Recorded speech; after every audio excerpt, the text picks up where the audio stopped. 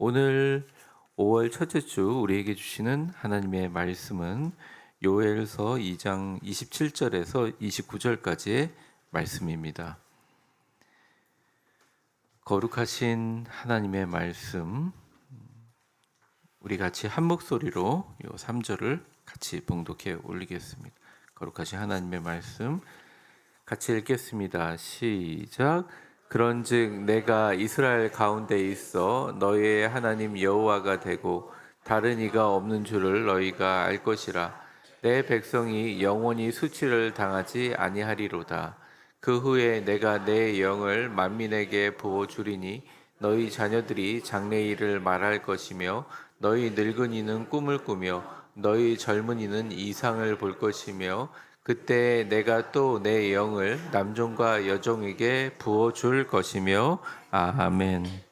삶은 아름다운 여행인 것 같습니다. 아름다운 일만 일어나서 아름다운 여행이 아니라 이 인생이란 여행에 궁극적인 목적이 있다면 타인들과 사물을 이해하는 것이 아니라 나 자신을 이해하는 것이고, 내게 없는 것들을 새롭게 배우는 것이 아니라 나 자신만이 가진 것을 알아가는 여행이라고 생각합니다.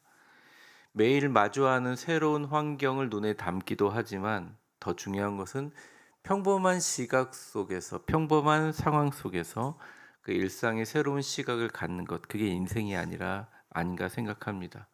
매일 새로운 사람들을 만나지만 결국 내가 새로운 사람이 되는 것이 여행입니다. 인생입니다. 그렇습니다. 인생이란 여행은 내 눈으로는 전혀 볼 수 없었지만 나이가 먹어가고 시간이 지나면서 점점 나를 깊이 바라보는 거울과 같은 그것이 바로 인생이란 여행이란 생각을 합니다.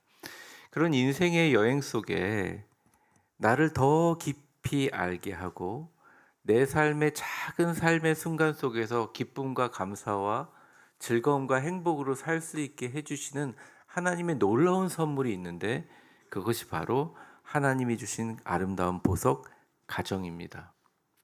때로는 우리의 삶이 풍족하지 않아도, 때로는 우리의 삶이 편안하지 않아도, 때로는 우리의 삶이 좀 멋지지 않아도 아름다운 하나의 작품이 될 수 있는 유일한 이유는 하나님께서 이 가족이라는 그의 선물을 우리에게 주셨기 때문입니다.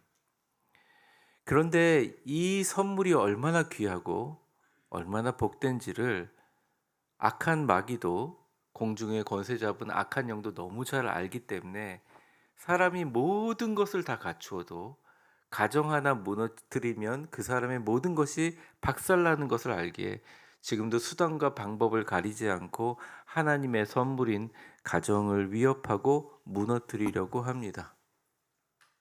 남자들에게는 성적인 유혹이나 세상의 풍조를 통해서, 또 우리의 자녀들에게 갖고 있는 수많은 아름다운 꿈들을 기계적이고 계산적이고 어떻게 보면 이기적인 것으로 변질시키면서 세상에서 가장 행복한 것은 세계 최고의 식당에서 식사하는 것이 아니라 소박한 밥상이지만 부모님과 자녀들이 함께 앉아서 웃으면서 대화하며 식사하는 것이 가장 아름다운 식탁이라는 것을 잊어버리게 만듭니다. 하나님은 이 가정을 보호하고 치유하기 위해서 오늘 본문의 말씀처럼 성령의 임재를 약속하며 온 세대를 초월하여 모든 구성원에게 성령의 역사를 쏟아 부어 주시겠다 선포하시죠. 오늘 가정이라는 작은 교회 자녀의 마음을 일깨우는 성령이라는 제목으로 우리 가정이 성령 안에서 어떻게 회복되고 우리 자녀들이 성령의 어떤 꿈을 꾸고 그게 어떻게 우리 가정으로부터 시작해서 전 세계의 인종과 장벽과 세대의 그런 틈바구니를 다 넘어서 가장 아름다운 하나님의 뜻을 이루어가는지 좀 말씀을 통해서 여러분하고 함께 나눠보려고 합니다. 27절에서부터 29절까지 본문 들어가기 전에 성령이 임할 때 이 자녀의 가슴 속에서 일어나는 구체적인 변화를 두 가지로 이렇게 보여주는데요. 첫 번째입니다. 우리 화면을 보며 읽어볼까요? 시작. 성령님은 자녀에게 진짜 주인이 하나님이심을 깨우십니다. 저는 우리 성도님들 가운데 참 많은 분들이 저한테 목사님, 우리 아이에게 믿음을 심어주는 것이 정말 어렵고 힘듭니다. 교회 가자는 말이 참 어렵고, 또 교회 가자는 말을 해도 침묵으로 문 닫고 방으로 조용히 들어가는 자녀의 뒷모습을 바라보면서 너무 슬프고 힘이 빠집니다. 내가 이렇게 기도하는데 왜 우리 아이의 마음은 하나님께서 열어주시지 않는 걸까요? 어릴 적에는 교회를 나갔던 것 같은데 또 이 아이를 위해서 새벽마다 무릎도 꿇고 기도도 하는데, 그리고 아이들에게 성경 이야기도 해주고 밥상머리에서 어릴 적에 성경도 읽어줬는데, 주일마다 아이의 손을 잡고 교회로 향하려고 하는데 어느 순간 자녀들의 눈빛 속에서 영적인 불꽃이 꺼져가는 느낌을 받을 때, 그들의 신앙이 하나님을 너무 경외하고 사랑하고 성령님과 동행하고 옆에 계신 부활하신 주님과 함께 즐겁게 누리는 게 아니라 이 신앙이 그들의 의무가 되어져 가는 것을 느낄 때의 그 서늘한 두려움, 그런 게 있습니다.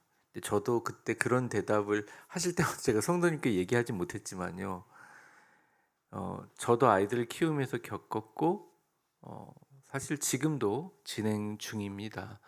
여러분들도 모두 다 그런 어려움과 두려움을 아시리라고 생각합니다. 그래서 제가 오늘 드리는 말씀은 여러분들이 자녀 교육을 얼마나 잘해라, 또 못했으니까 더 잘해라, 뭐 이런 말이 아니라, 하나님이 이 땅에 가정을 주신 이유와 또 가정을 통해서 이 가정에 있는 우리 자녀들이, 또 우리의 가족 구성원들이 변화되는 모든 과정들은 사실은 우리의 힘의 영역에 좀 벗어나갔다는 것을 우리 모두 좀 가볍게 받아들이고, 그 깊은 마음속에서 성령님의 역사를 한번 살펴보자는 거죠.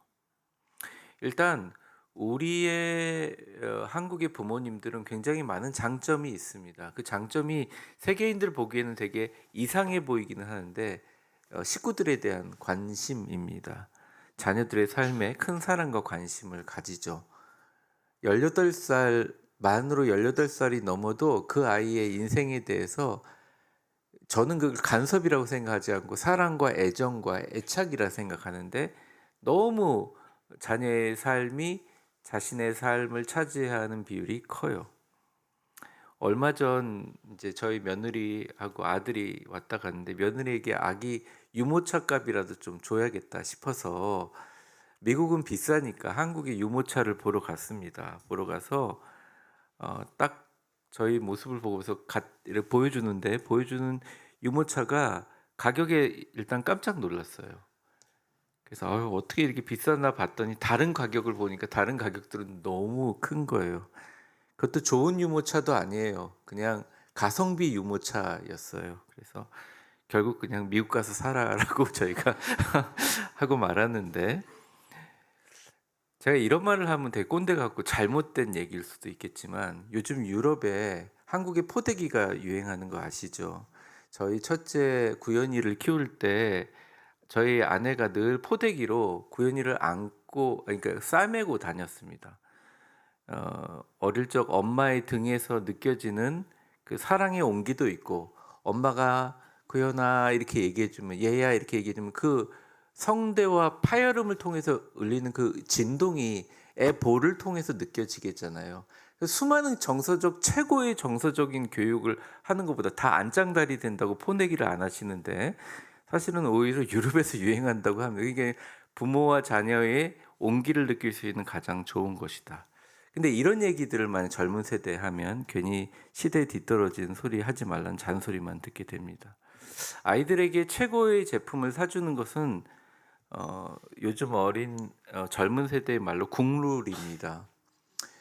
공휴일이 되고 잠시라도 여유가 되면, 사실은 교회에서는 비상이 걸립니다. 샌드위치 공휴일이면 과연 젊은 세대 부모님들이 나올까? 잠시라도 여유가 되면 최선을 다해서 국내 국외 가장 아름답고 볼만한 곳, 다양한 체험의 장소로 시간과 물질을 들여서 아이들을 데려갑니다. 정서적으로 감성적으로 최고의 곳을 경험하고 그것들을 성장하기를 바라는 거죠. 사실은 그런 과학시설이나 그런데 뭐 예전에도 가봤지만 가끔 가보게 되고 전시회에 가면 아이들은 눈빛이 동태 눈처럼 흐린데 부모님 눈은 반짝반짝해요. 어떻게든 애들한테 좀 가르쳐 주기 위해서. 그래서 그런지 이 대한민국에서 아이들 관련 교육, 성장 관련 비즈니스는 늘 불황이 없습니다. 그런데 이게 웬일일까요? 재작년서부터 우리 아이들, 특별히 청소년, 우리가 말하는 청소년들이라고 하는 건 국제적인 기준이 아니라 그냥 국민학교 고학년, 국민학교 죄송합니다. 이제 초등학교 고학년, 중학교, 고등학교 정도 아이들의 우울증 정서 불안 지수는 이미 OECD 국가 중에 1위고 인구 대비별로 우울증을 처방받고 병원에 상담하는 것은 역대 최고의 수준입니다. 어릴 적 아이들이 그들의 인생을 바라보는 것이 사실 푸르고 아름다워야 하는데 더 이상 그 의미와 가치가 푸르지 않다는 것이죠. 오히려 어른들만큼 서늘하고 적막합니다. 여기 있는 분들 대부분이 어릴 적 아이들을 많이 다 키워놓으신 분들이 계셔서 우리 때는 그렇지 않았습니다. 하지만 저는 이런 모든 결과들은 아마 우리가 아이들 키울 때 야, 너희들이 왜 대학 가서 교회를 멀리하니? 너희들이 왜 고등학교 들어가면 청소년부 되면서 교회를 안 가려고 하니? 라고 우리는 의문을 가졌지만 그 사이에 지나온 모든 시대의 흐름 속에서 우리는 많이 놓치고 있었던 것이 있었다는 것입니다. 그래서 점점 보면 아이들이 커가면 커갈수록 아이들이 나에게 어떤 든든한 어떻게 방어막까지는 아니더라도 아이들을 보면서 기쁨과 감사와 또 어떻게 뿌듯함이 있어야 되고 새롭게 그들이 독립하는 부분에 대해서 기쁨이 있어야 되는데 그건 좀 소수가 되어가고 점점 부모에게 아이들은 무서운 존재가 되고 또 부모님들은 내가 좀 더 성공하지 못해서 아이를 잘 키우지 못했다는 비교의식과 잘못된 죄책감 그리고 상대적인 경제적 박탈감 가운데 살고 있는 듯한 느낌이 들게 됩니다. 성경은 말합니다. 아니다. 이건 절대 아니다. 내가 그러려고 너희를 부모와 자식으로 가정으로 묶어주신 건 아니다. 그게 원래 내 취지가 아니었다라고 일갈하고 있습니다. 사실 오늘 이 요엘 선지자의 말씀의 본문의 배경은 전쟁으로 메뚜기가 다 먹어버린 것 같은 황폐한 들판과 같은 국가 멸망의 시기에서 하나님께서 주신 말씀입니다.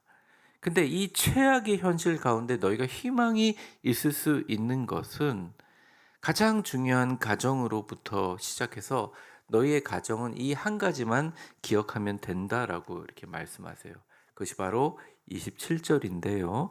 우리 같이 한번 읽어보겠습니다. 시작. 그런즉 내가 이스라엘 가운데 있어 너희 하나님 여호와 같은 거 다른 이가 없는 줄을 너희가 알 것이라. 내 백성이 영원히 수치를 당하지 아니하리로다. 이스라엘 가운데 있어라는 표현에서 이 가운데라는 베케브레라는 히브리 언어는 내장 속에 있어라는 단어입니다. 그래서 어떻게 보면 이렇게 위치상으로 중간에 있다는 표시보다는 깊숙이 안으로 있다.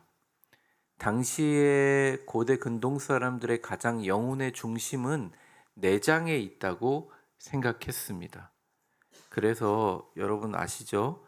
미이라를 만들 때도 내장만 따로 씻어서 보관해서 이걸 해부를 해가지고 그걸 만들었어요. 그만큼 사람의 내장은 그 사람이 갖고 있는 삶의 가장 내밀하고 핵심적인 자리라는 거죠.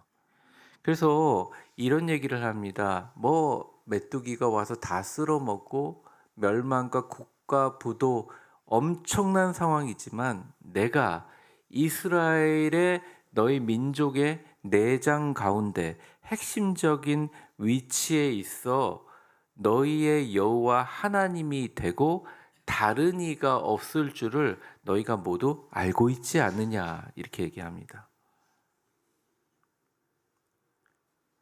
그래서 사실은 우리가 가정에서 오늘 이제 어린이날이기도 하고 자녀를 생각하는데 자녀들을 어떻게 교육하려고 하기보다는 과연 나부터 내 삶의 중심에 내장 깊숙한 곳에 우리 가정의 내장이라고 할 수 있는 내밀하고 핵심적인 자리에 하나님이 계시는가 그런 생각을 해봐야 된다는 것입니다. 한 기독교 학자가 이런 말을 했습니다. 신앙 전수의 실패는 부모가 신앙의 실천을 가르치려고 하되 하나님의 임재를 이 가족 구성원들이 경험하게 하는데 실패할 때 온다는 것입니다. 근데 우리 가정 안에서 하나님의 임재를 실제로 느껴지고 하게 하고 있는가?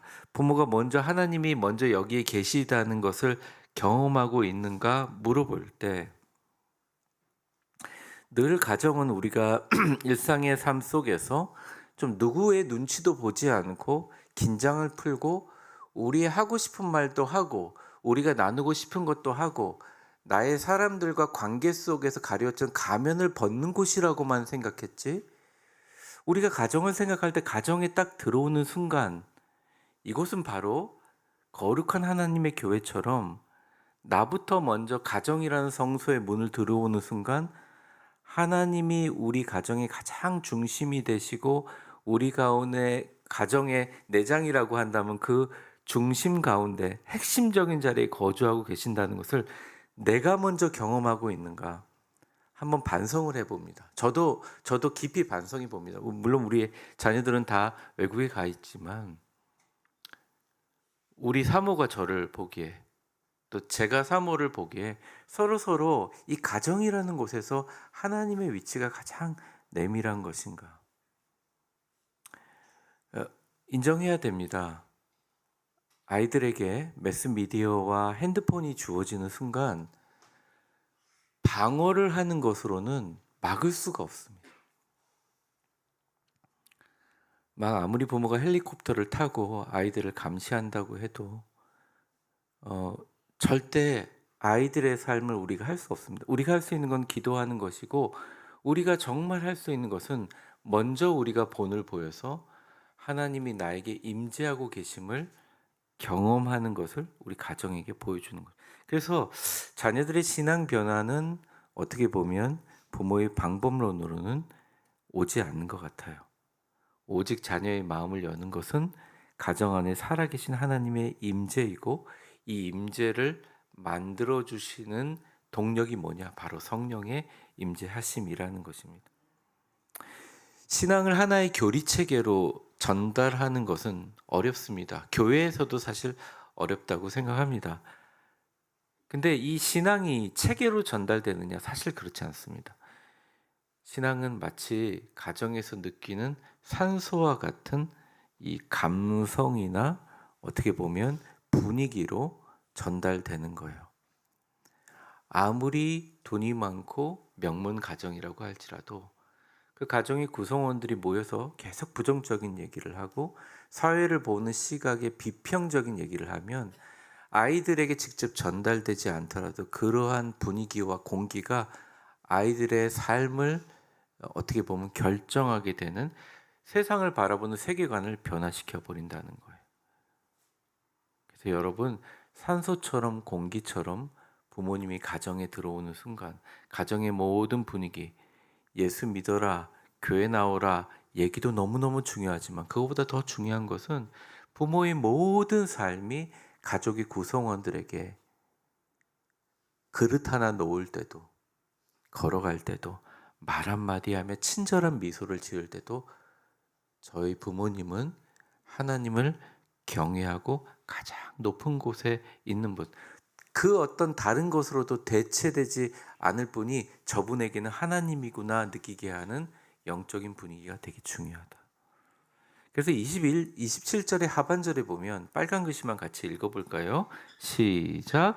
다른 이가 없는 줄을 너희가, 그러니까 내가 가정 가운데 하나님이 되고 다른 이로 대처할 줄이 없는 줄을 너희가 알 것이라는 겁니다. 우리 가정이 하나님 외에 그 어떤 것도 대처할 것이 없을 때 가정 최고의 존엄과 가치가 바로 하나님일 때 자녀들은 하나님의 임재를 간접 경험하게 됩니다.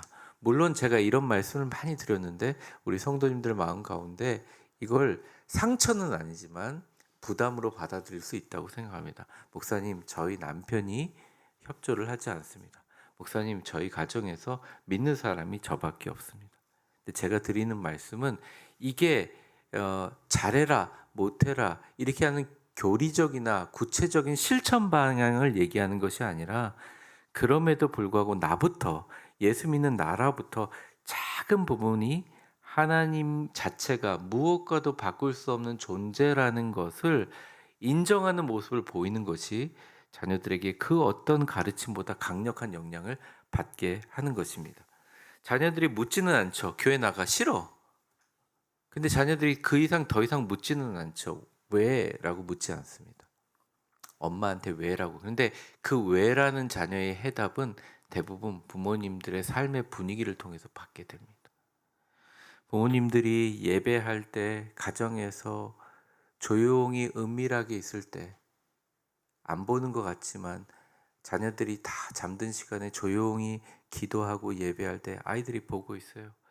새벽에 멀어서 새벽 기도는 갈 수 없겠지만 조용히 무릎 꿇고 기도할 때 그 소리와 분위기가 공기가 창문 틈 아니 시공간을 뚫고 새어나오게 되어 있습니다. 특별히 여러분들이 삶에 굉장히 어려운 결정을 앞두고 예를 들어 사업이라든지 또 병이라든지 고통이라든지 그런 결정을 앞두고 먼저 자녀들 앞에 자녀들은 다 현실적인 소리를 하는데 부모님이 먼저 앞서서 그래도 나는 하나님을 믿는다라고 고백하며 자녀를 위로하거나 내려놓을 때 자녀들의 영혼은 당장은 보이지 않지만 그것을 정말 세밀하게 기록하고 있습니다. 하나님이 여러분의 가정 가운데 계신다는 것을 자녀들이 느낄 수 있어야 하는데 그것은 바로 부모님의 삶의 가장 깊고 내밀한 위치, 부모님의 가치 판단에 가장 중요하고 그 어떤 것도 타협할 수 없는 가장 핵심인 첫 번째 프라이오리티가 우리 하나님임을 자녀들이 느낄 때 자녀들의 삶이 변화되게 된다는 거예요. 이 가정의 공기가 하나님을 경외하는 가정이 작은 교회와 예배의 자리가 되는 것입니다. 우리 모두 쉽지 않습니다. 그 본을 보이는 게 생각보다 쉽지 않습니다. 우리의 노력으로 실천사항으로 적어놓고 연습해서 쉽지 않죠. 그렇게 살기 위해서 여러분 성령 충만이 반드시 필요합니다. 그래서 우리 교회 안에서도 성령 충만을 위해서 기도해야 되고 지금 성령님 함께 계시지만 가정에 들어가면 이 성령의 충만함, 정확하게 말하면 성령의 도우심이 필요해요. 자녀보다 먼저 부모된 우리가 성령의 충만을 받으려고 노력하고 기도와 예배와 말씀 가운데 바로 서 있으면 성령께서 자녀들의 마음속에 속삭입니다. 너의 진짜 주인이 네가 아니고 너의 진짜 주인이 돈이 아니고 너의 진짜 주인이 너의 꿈이 아니라 하나님이시다. 알게 만들어 주십니다. 그래서 47절 27절 그 하반부에 이렇게 얘기했어요. 빨간 글씨만 읽어볼게요. 시작.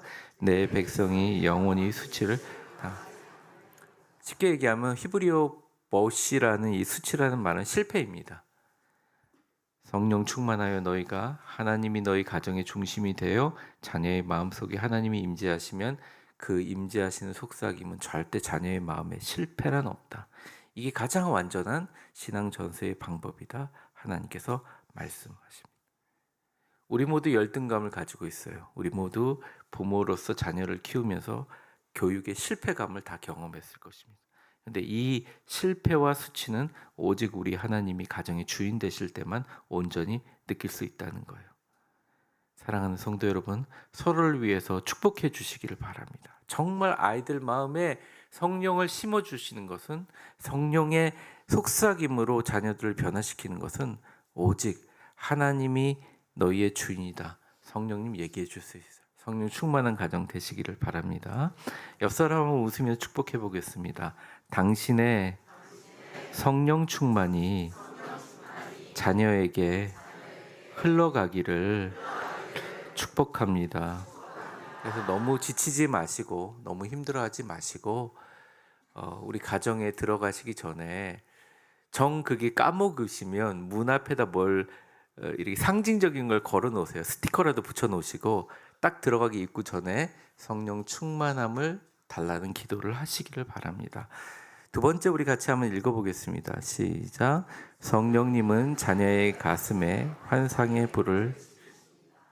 성령이 임하실 때 먼저 부모부터, 그리고 불처럼 모든 세대와 연령에 번져나간다 얘기하는데, 성경에 보면 순서가 조금 다릅니다. 이게 베드로가 설교했던 내용이기도 한데 28절과 29절을 한번 읽어보면요, 빨간 글씨만 같이 읽어볼게요. 시작. 내가 내 영을 만민에게 부어주리니 너희 자녀들이 너희 늙은이는 꿈을 꾸며 너희 젊은이는 남종과 여종에게. 이렇게요. 이게 이제 구성원들이 당시에 구약 시대에 자녀들이 있죠, 어른들이 있죠, 그 다음에 자녀라고 얘기하기는 그렇고 좀 자란 중년은 아니고 청년들이 있죠, 젊은이들이 있죠, 그리고 가정을 돌보는 남종과 여종이 있지 않겠습니까? 그래서 이 성령이 임하시는 만민에게 부어주시는 역사는 적어도 이 가정 안에서 시작해서 모든 만민을 포함하고 있어요. 그래서 요엘에서 보여주는 이것은 가정에서 주어지는 세대와 계급, 이런 것들을 다 초월해서 하나님의 비전을 보고 말하는 자들이 되게 하신다. 이게 뭐냐?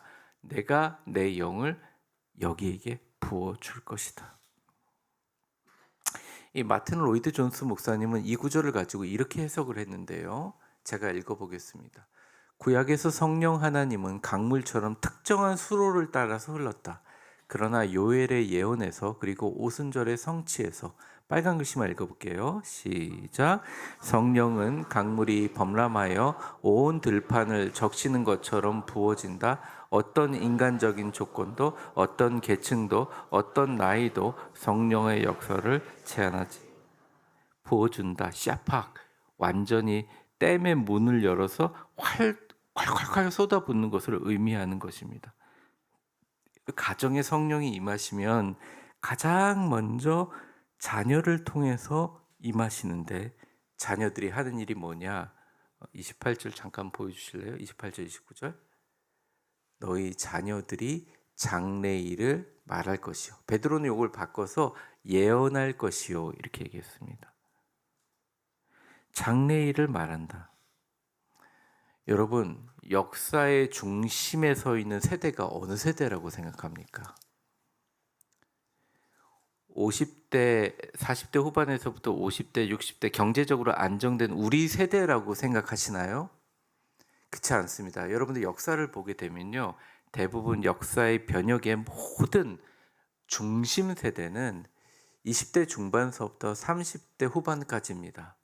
소위 말하는, 요즘에 조금 늦게 결혼하니까 우리의 자녀들의 세대라는 것이죠. 그들이 역사를 바꿉니다. 실제로 예전과 달리 지금 대표적인 것이 이 시대를 바꾸고 있는 게 AI라고 한다면, 이런 모든 기술과 우리가 갖고 있는 직업의 변화와 삶의 모든 변화들을 그들이 중심이 돼서 변화하고 있어요. 그래서 소위 말하는 자녀들이 예언한다는 것은 장래일을 말하고 시대를 바꾸는 일들을 시작하게 된다는 것입니다. 그들이 하나님의 말씀을 노래하고 게임의 가상현상이 아니라 하나님의 이상을 본다는 거예요. 28절에 보면 청년들은, 젊은이들은 이상을 볼 것이다 라고 얘기합니다. 그리고 늙은이들은, 노인들은 과거의 옛날의 회상을 갖추지 않고 다시 한번 80인데 70인데 내일의 꿈을 꾸며 살아가게 된다. 근데 그 모든 것, 어떻게 보면 그 엄청난 강물에 물꼬를 트는 게 뭐냐면 자녀들로부터 시작된다는 것입니다. 성령은 자녀들의 시력을 교정해서 세상의 성공이 아닌 하나님의 영광을 보게 하는 것. 그래서 간곡히 부탁드립니다. 그들이 잘 되고 돈 많이 벌고 사회에서 인정받고 평안하기만을 기도하지 말고, 오늘부터, 이전부터 하셨다면 오늘부터 그들에게, 이 세상 그 누구도 그들의 마음의 문을 열고 들어갈 수 없지만 성령님의 불이 그들의 심령에 임하게 해달라고 오늘부터 기도하기 시작하십시오. 그 기도가 자녀들의 형통과 직결됩니다. 부모들의 이상에는 한계가 있죠. 돈, 명예, 건강 등이지만 성령님이 자녀에게 보여주는 환상은 측량할 수 없습니다. 어떤 시대를 그들이 만들지 몰라요.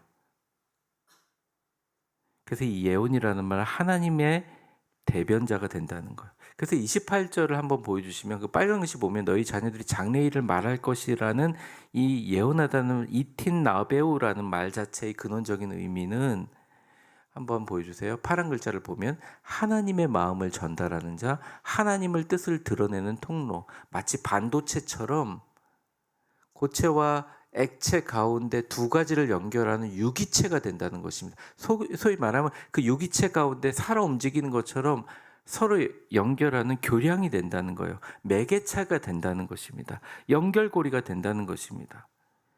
우리가 자녀를 끌고 갈 것 같죠? 아닙니다. 성령이 임하시면 우리는 그 정도 역할을 감당해 주시면 이 자녀가 앞으로 우리가 감당할 수 없는 AI 시대와 수많은 세대를 연결하는 영적, 사회적, 근원적 매개체 갈고리가 된다는 것입니다. 그래서 이 요엘의 예언이 너무너무 아름다운 것은 하나님의 이 세대의 연결을 성령님 통해서 하시는데 늙은이의 꿈과 젊은이의 이상이 서로 다른 것 같지만 같은 강물로 이끌어질 때 그 강물에 처음에 시작하고 연결하는 주도적인 역할을 뭐라면 여러분들이 키우는 지금의 자녀. 어쩌면 여러분들이 이제는 어떻게 할 수 없다라고 내려놓는 자녀들이 하게 된다는 것입니다. 한국은 너무나 많은 계급들이 있습니다. 보이지 않는 벽들이 많아요. 나이, 세대, 정치 성향, 출생지, 어느 학교 나왔는지, 외모의 탁월함과 평범함 갖고 사람들을 나누고 계속 나누고 분류하려고 합니다. 그래서 사실은 통합이 잘 되지를 않아요. 근데 한국은 참 위대한 민족인 것 같아요. 이 모든 장벽과 담벼락을 성령에 충만한 우리의 자녀들이 기도하며 통합하며 넘나들 수 있습니다. 시대를 바꿀 수 있습니다. 그리스도의 계절을 앞당길 수 있습니다. 적어도 성경은 우리에게 이렇게 이야기하고 있다는 것입니다. 시대의 예언자가 될 것이다. 요엘은 우리에게 이야기합니다. 해마다 자녀들이 태어나고 어린아이들을 보면서 귀여워하고 예뻐하지만 때때로 우리는 절망합니다. 우리 힘으로 안 되는구나. 안 되는구나. 근데 여러분, 성령님은 가능하십니다. 가정에서 성령의 역사가 시작되며 자녀의 마음을 터치해 줄 수 있도록 지금보다 더 많은 시간 기도하십시오. 더 집중적으로 기도하십시오. 그리고 우리가 먼저 성령의 불타는 성전이 될 수 있도록 할머니, 할아버지의 신앙의 꿈이 손자 자녀들의 영적 이상과 만나는 곳, 성령이 역사하는 곳, 하나님의 뜻이 가장 민감한 영혼이 되고 미래에 보는 눈이 열리는 그 놀라운 역사, 우리는 그 어떤 것을 명확하게 볼 수는 없지만 성령님이 우리 자녀를 통해서 시작하게 하신다. 지금까지 가지고 있던 모든 사회의 기존의 체계들이 무너지고 누구든지 어떤 사람이든지 시대를 빠르게 올라타는 사람들에게 놀라운 시대가 열리는 시간들이 다가오고 있는데 우리가 지금까지 갖고 있는 교육의 체계에 묶여서 자녀들을 묶어두려고 하지 말고 성령을 그 자녀들에게 풀어넣어서 성령과 함께 시대를 춤추게 만드는 자녀들을 만드는 것 우리의 의무라는 것입니다. 말씀을 한 문장으로 정리하겠습니다. 우리는 어떻게 해야 하나? 이번 한 주간 오늘부터 온 가족이 모여 우리 자녀에게 성령의 임재가 있기를 구하며 기도하십시오. 위대한 하나님 나라의 비전의 주인공이 되실 것입니다. 축복합니다. 우리를 위해서 죽으신 예수 그리스도의 은혜와 역사의 주관자가 되신 하나님의 사랑과 성령의 충만하심과 교통하심이 내가 이스라엘 가운데 있어 너희 여호와 하나님이 되고 다른 이가 없는 줄을 너희가 알면 너희는 영원히 수치를 당하지 않을 것이고 내가 성령을 만민에게 부어주리니 너희 자녀들이 예언하고 너희 늙은이는 꿈을 꾸고 너희 젊은이는 이상을 볼 것이며 내가 내 영을 남종과 여종에게 부어줄 것이라 하신 하나님의 말씀을 받아들이고 성령님 우리 가정에 충만하게 하시며 먼저 우리 자녀에게 임하셔서 진짜 주인이 하나님이심을 일깨워 주옵소서. 성령님 우리의 자녀의 마음에 충만하게 하셔서 그 어떤 사람도 통합하지 못하고 하나 되게 하지 못했던 새로운 시대의 예언자와 주도자가 되게 하여 주옵소서. 위대한 미래를 이끌어 나가는 성령 충만한 자녀들이 되기를 위하여 소망을 가지고 기도하며 전진하기를 원하는 우리 위대한 교회 모든 성도들 머리머리 위에 이제와 영원히 함께 계실 것을 간절히 축원하옵나이다. 아멘.